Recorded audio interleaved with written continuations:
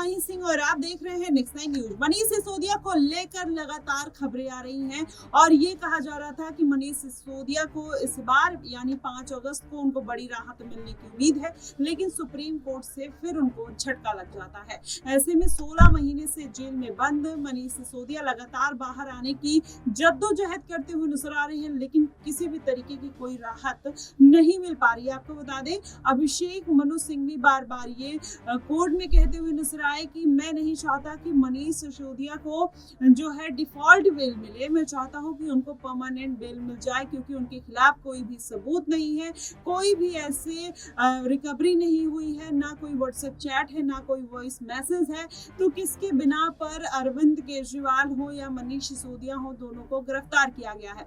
इस तरीके की बातें अभिषेक मनु सिंह भी कहते हुए नजर आए। लेकिन वहीं अगर देखा जाए तो इसके पहले मनी लॉन्ड्रिंग का मामला हो, एक्साइज पॉलिसी का मामला हो, वहां पर मनीष सिसोदिया का जो नाम है वो खुलकर सामने आने लगा था, जिसकी वजह से 16 महीने तक उनको जेल में रखा गया। वहीं संजय सिंह की बात कर ली जाए तो 6 महीने से ज्यादा जेल में वो भी रहते हैं, लेकिन उनको जमानत मिल जाती है और वो कहीं ना कहीं पार्टी की कमान संभालते हुए नजर आ रहे हैं।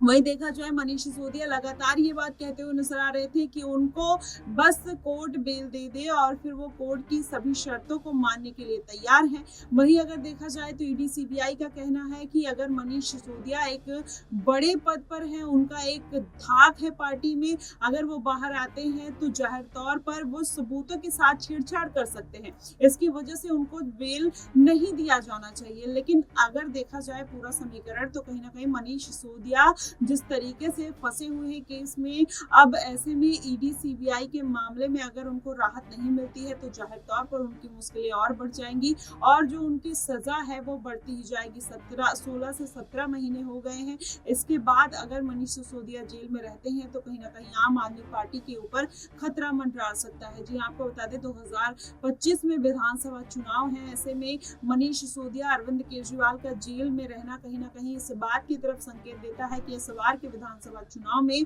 इन दोनों की जो मुश्किलें हैं वो बढ़ जाएंगी और जाहिर तौर पर कहीं ना कहीं आम आदमी पार्टी को बड़ा झटका लगता हुआ भी दिखाई दे सकता है। क्योंकि अगर देखा जाए तो लोकसभा चुनाव में भारतीय जनता पार्टी ने जिस तरीके से प्रदर्शन किया, वहीं इंडिया गठबंधन के साथ रहकर भी अरविंद केजरीवाल एक भी सीट नहीं निकाल पाते हैं। ऐसे में मनीष सिसोदिया अगर जेल से बाहर आते इस बार के विधानसभा चुनाव में, हो सकता था कि कुछ खेला अलग देखने को मिलता, लेकिन कहीं ना कहीं वो अगर अरविंद केजरीवाल जेल में बंद है तो मनीष सिसोदिया की भी रिहाई की कोई उम्मीद अभी नहीं दिखाई दे रही है। लेकिन अगर जेल से बाहर आते हैं तो जाहिर तौर पर इसका जो फायदा है वो आम आदमी पार्टी को मिलता हुआ नजर आएगा, साथ में ही मनीष सिसोदिया को भी इसका फायदा मिलेगा।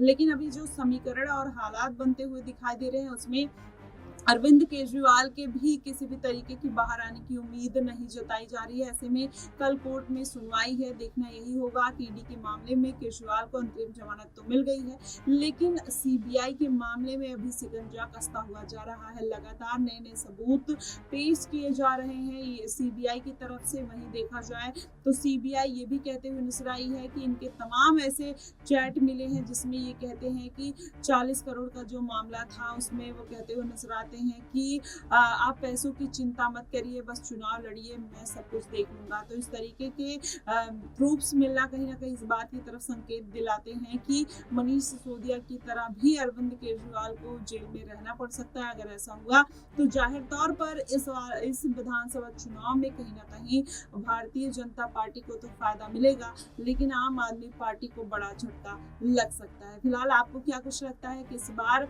किस तरीके का पूरा समीकरण रहने वाला है दिल्ली का, आप हमें कमेंट बॉक्स में जरूर बताइएगा। फिलहाल के लिए बस इतना ही।